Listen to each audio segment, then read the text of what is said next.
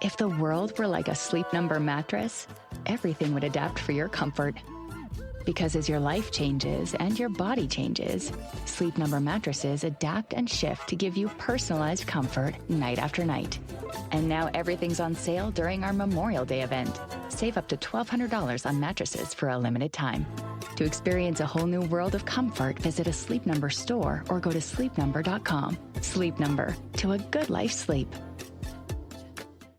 It's time for the Larry H. Miller Utah Summer Games at Southern Utah University in Cedar City. Register today to participate in the 40th anniversary season of a Utah sports tradition at utahsummergames.org. Participate in over 50 sports around the state. Then plan to join the opening ceremonies Friday, June 5th, presented by State Bank of Southern Utah.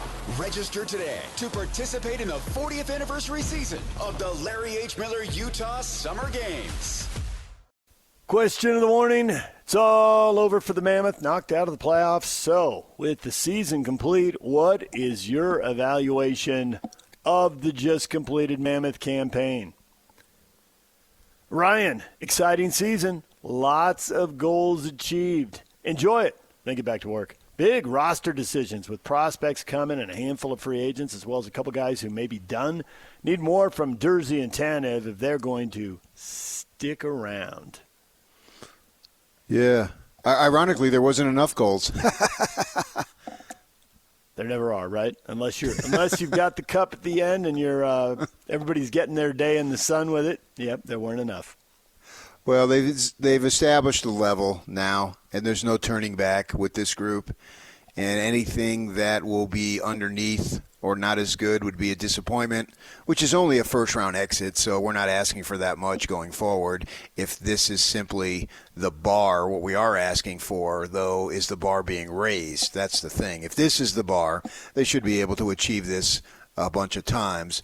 But I think that, as with anything, you want more. Whatever bar you cleared, you want more, and they will want more.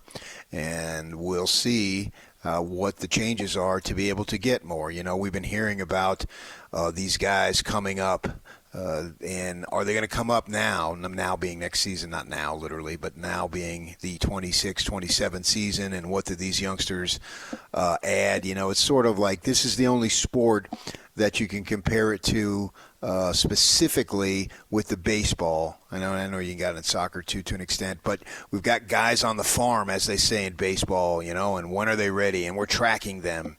And how much will they be able to add? And Locke talks about how rookies in the NBA don't really help you win games unless you're so extremely special, and those guys are rare breeds. We understand that. So how much seasoning do you need the new guys? And what does Armstrong decide? Is, well, you know, they do need seasoning. Everybody does. But, man, we're on the cusp. We can get this. We can advance a round or two next season. Do they make some trades and do they make some signings? It's going to be fascinating to see how it develops. Decisions on veterans: Alexander Kerfoot, Kevin Stenland, Kyler Yamamoto, Barrett Hayton, all pending free agents. And I think Barrett Hayton is restricted. I think the other guys are unrestricted. So decisions on all these guys, PK, and some of them a little trickier to make. Kerfoot missed a bunch of the season with health injuries. Maybe that makes the market softer and they can get him a better price, so they want him. Or maybe because he's in his 30s, he's got injuries and they got younger guys they want to try, or maybe somebody they want to acquire from around the league. I guess this is why they pay Bill the big money, right? Sort this out. Yeah, I mean, every team has this. The great thing about it, that because it was on Sunday, we weren't broadcasting. Last year, we were broadcasting over at the DC. That's what they need to call it, the DC, instead of Delta Center. Come to Delta Center. That sounds so awkward. Call it the DC, people. If you want some separation, there, I gave it to you. Call it the DC. And we broadcast from right there in the main entrance, basically, at the DC last year. And one by one, the guys came upstairs. I remember it. It was a pouring, raining morning in April. And just about every one of them pledged their strong desire to return. And we heard some of that yesterday from their comments about this is a great place and blah, blah, blah. And it's a great winning organization. And so they want to stay. So that's a good spot to be in, is to have your guys wanting to stay because they know that it's a good thing. And if you got a good thing, why would you be seeking after something else? Now, it's a business, so that determines whether guys come and go, obviously. But from that perspective, I think the word is not just out. I think it's shouted out from the rooftops, from Mount Olympus. Salt Lake and the Mammoth are a great organization to be a part of. The fan base will rally around you. Who was it? Paterka? They asked him, what was one thing that surprised you? And I think he said, well, man, it was really warm. Warmer than I thought it would be. Coming from I don't know that I would get used to that. Obviously, it was a extremely mild winter, and he's coming over there from Europe. So from that perspective, he enjoyed that, not having to go through, which is a blessing and a curse, I guess, because they hear about all the water situations, and that's serious. But that's another thing that is maybe a feather in the cap that they can, not that people are going to come because of the weather. I mean, it's winter and you're busy playing, so you don't really have a lot of time off anyway, so don't worry about that as much. But I'm excited to see where they go from here, knowing that the bar is set, because you can't come back next year and say, wow, we want to make the playoffs.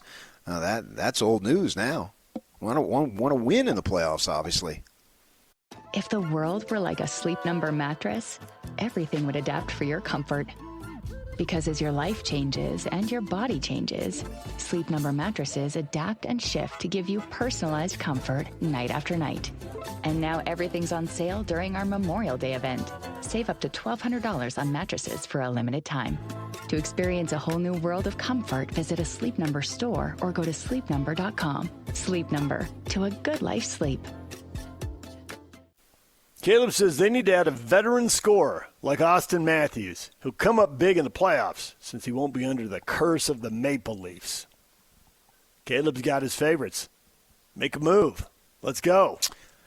Well, the curse of the Maple Leafs, that's the old joke. The only time the leaves fall in the spring is with the Toronto Maple Leafs, so instead of in the fall. So we'll see who's available and who wants to come. Who do they want to come? That's the thing, too, is if they are such in a good position that people say they are, that maybe you have people who want to join you rather than, Kevin O'Connor used to talk, and we're always going to compare it to the Jazz for the next few years, how you had to overpay to get free agents to come here, right? And that one summer that they did that with Okur and Boozer, right, gave them a lot of money to come here, and they were very good players for the Jazz, and they had some winning seasons and some good times with those guys. That's the thing that I don't have enough knowledge to know. With O'Connor saying that was a fact. He wouldn't say something if it wasn't true like that. And with Armstrong now, he hasn't really said anything on that. Do they need to overpay? Is this just a great place for people to be in the league to where you can give them what the market is rather than having to overpay? That'll be something to follow too. A lot of people are going down the same path looking for improvement, PK. Ed says, that's a pretty good year, with the exception of needing a more physical presence on a minimum 2 of the 4 lines.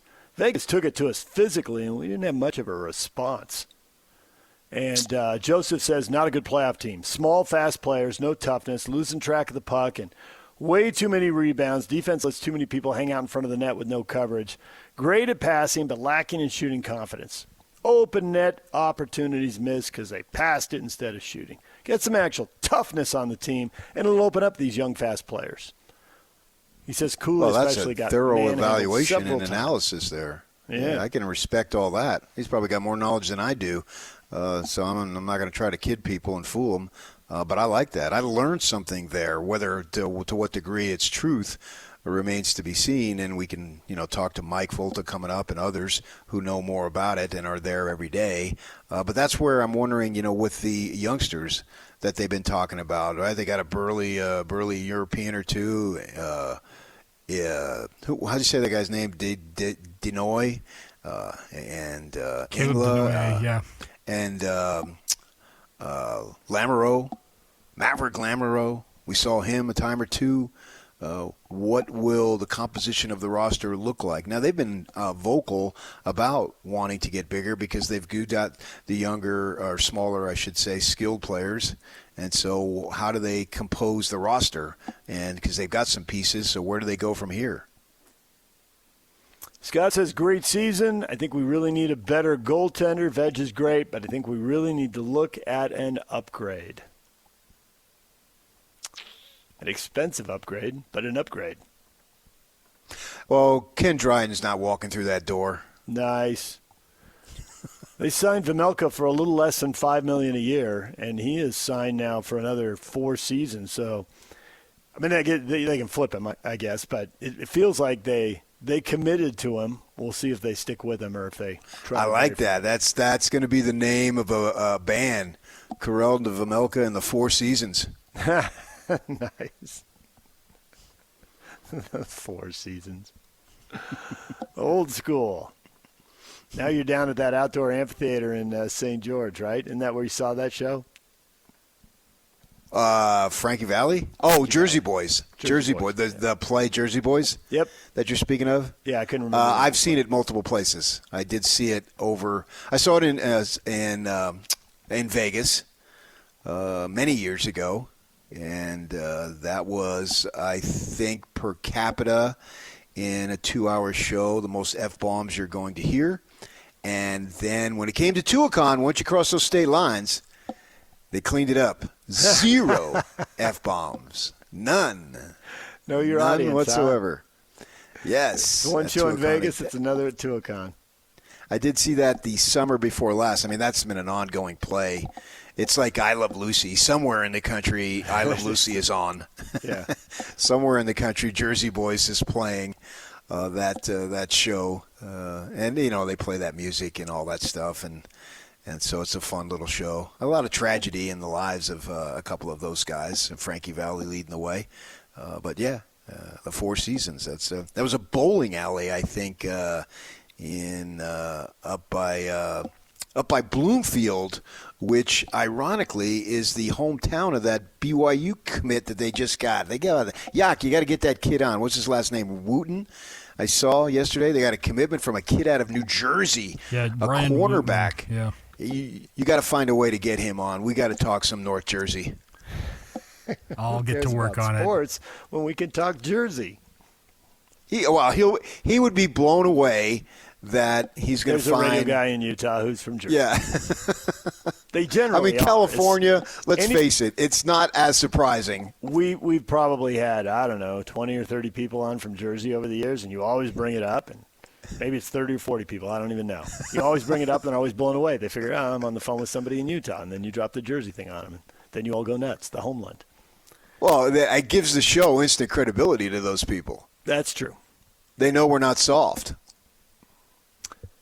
Aaron, how about this one? I don't buy this one, PK. Overachieved. Great young core. The future is bright. Just need another solid veteran leadership presence. All right, I'll buy the middle. Great young core. The future is bright. But the start and the end, overachieved. No, I think they achieved. They didn't overachieve. They're 3 points better than last year. I can't label that overachieved. They just need another solid veteran leadership presence. I think they're probably more than one guy away. I'm not buying they're that close. I think if they were that close, close to what? Winning Out in the it first all? Round. They wouldn't have like the 16th or 17th best record in the league, whatever it was. Yeah, I get all that. But, maybe he's looking inside the numbers a little bit. And obviously Game 6 got away. It seemed like, okay, we're not going to get this. And it was the deflated atmosphere and all that. And it got out of hand, 1 goal at the end. But it's 4-1, 5-1 is still basically the same. And so maybe he's looking at, well, they took Vegas. They didn't take them literally to the wire, but pretty close. They gave Vegas a scare. And so maybe he's looking at that. Maybe that was a form of overachieving in that you could sit back and say, wow, we should have won 1 or 2 of those games. Which teams that don't win and you play tight, maybe you do that. Everybody does that. This would have happened. That would have happened. Particularly in hockey, when a goal can bang off the backboard and come shooting right back to somebody, and he can barely have an angle but slide it in. So, you can play that game, and I assume that's what he's doing. If you take the big picture, then I would agree with you that they did not overachieve. This was their stated goal, and they met their stated goal. So if you have a goal and you meet it, by definition, that's not overachieving, unless it's something, crazy. A You talk about Pace Mannion when he was like 12 years old telling somebody, an ecclesiastical leader, I'm going to play in the NBA. You're 12 years old, son. But you did play in the NBA.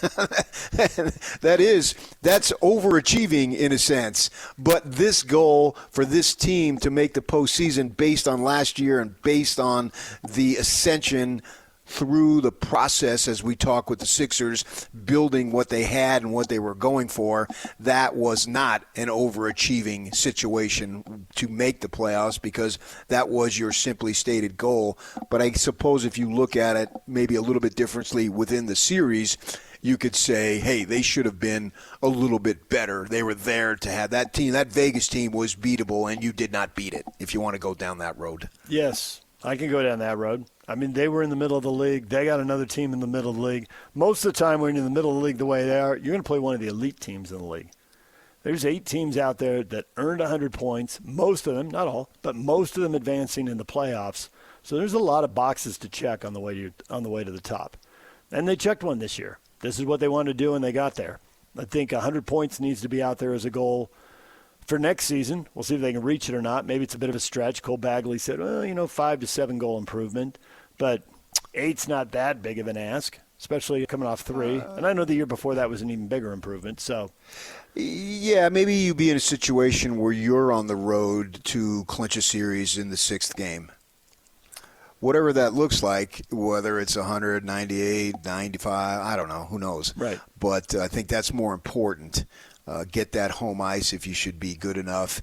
And then you have to – the thing about – and I equate this in basketball too, because we make a big deal about home court, is how many times do you have to win at the other team's place? If you only have to win 1, that's not that big of a deal. But then if you lose 1, then you got at home, then you got to win 2.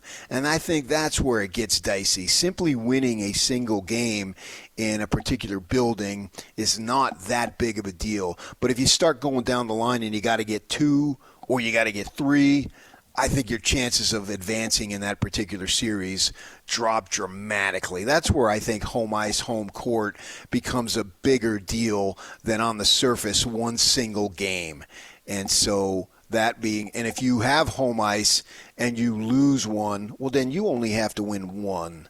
And you should be able, if you have home ice, home court, you should, the way I look at it, not automatically, but it shouldn't be a big deal to win one single game away from home. And so maybe put themselves in a position to where if that's the case, then they only have to win 1, because then you got the home ice back, where if you win that 1, that means the other team has to win 2 in your building, and that gets harder. Here's a good one from Nathan Harris. It says, hold on. He says, it was cute that you guys thought that you could beat Vegas. Karma came calling for the jersey swap publicity stunt. So I checked on Nathan to see if we're getting something from Vegas. Nathan lives in Mesquite, grew up in, wait for it, Benyon. I don't even know where that is. That's essentially Taylorsville, Benyon. It is? It's in our area, huh? It is. I've never heard that. So he grew up here, but he's in Mesquite now, and he's not having any of this Utah Mammoth stuff. He is clearly about the Vegas Golden Knights in Mesquite. Oh, well, if you are from Mesquite or have lived in Mesquite for a long time, I suppose, and they had a hockey team 8 years before you had yours, that makes sense. More people banging on Utah. Jason, they showed they are a Utah team by not advancing past the first round. It's the Utah way. Well, he's got a compared to what? Here. The Jazz? Oh, he's a Ute from Orem. How about that? That's an unusual combination. Well, yeah, right. He's conflicted as a human being right there. At a core level. You don't ever see me living in Tucson, do you? Nice. Don posts Larry David with his pretty good. So he liked the year. Put a bow on it with that. Pretty good. Well, it was a fun season. A lot of fun times, and ultimately, to me, that's what I look at. Did I have fun? If I'm a fan of a particular team or sport, did I have fun this season watching them? And if I had an opportunity or was fortunate enough to go to a game or two, but when I watched television, did I have fun? Did I have fun talking about it with my family, with my friends? Did I fortunate enough to maybe to afford to buy some gear? If you had fun, as I equate sports to entertainment and going to a movie, if I went to see the Michael Jackson thing last week and 2 weeks ago now, and that was fun. I had fun. And it didn't include this about his life. It didn't include that. I don't care. I wasn't looking for an accurate description of his life completely from A to Z. I was looking to kill a couple hours on a Thursday afternoon and stuff my face with popcorn and drink Coke Zero and enjoy some Michael Jackson music, which I did when I was younger. Yeah, we're in a different area now. For a documentary, especially for someone whose life was so public, in an area when there's tons of audio and video, right? We're not digging somebody up from the early 1900s to the 1800s or whatever. A bunch of us lived a big chunk of that story. It's not what a movie's for. If you want that documentary, Michael Jackson, you could get the MJ treatment again. Michael Jordan, same thing. There's tons of audio and video. Do a 10-part documentary. If you want to tell all the stories and the side stories and the stories within the stories, go do a 10-part documentary. We get time for it. You can stream it, and people would watch that. I just wanted to watch the good times. It ended like in 1984. That was good enough for me, man. I came out of there singing. Yeah. And I had a great time. That's all that matters. That's the way I view sports. If you had a great time with the Mammoth, that's good enough in my mind. That's plenty good enough. You can't possibly cut Michael Jackson's life down to an hour and a half or 2 hours. No chance. You've got to leave stuff out. Going in, they left stuff out. Right. I mean, I was curious on the Brooke Shields thing, and that never really got explained, and I would have liked to have known it. Stay tuned for that 10-part documentary. It worked for Michael Jordan. It'll work for Michael Jackson. We'll all watch it. I bet we will.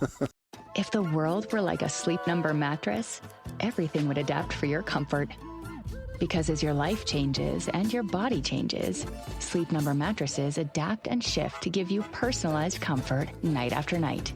And now everything's on sale during our Memorial Day event. Save up to $1,200 on mattresses for a limited time. To experience a whole new world of comfort, visit a Sleep Number store or go to sleepnumber.com. Sleep Number, to a good life sleep. I'm here on the job site with Dale, who's a framing contractor. Hey, good morning. Dale traded up to Geico Commercial Auto Insurance for all his business vehicles. We're here where he needs us most. Yep, they sure are. We make it easy for him to save on all his insurance needs, all in one place, with coverage that fits his business and bottom line.